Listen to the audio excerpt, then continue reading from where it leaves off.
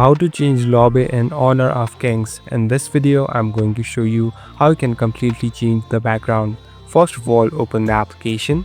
Now here on the left bottom, you can see this small icon. Simply tap on it. Here on the fourth option, there's personalization. Simply tap on personalization.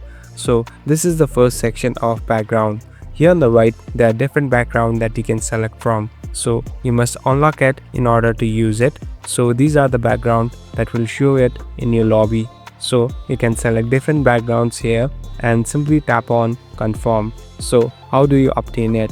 You can obtain it by playing different events and completing different events from the game. Now if you go back, it's all saved and you're all done. Thank you for watching this video. I hope this video will help you.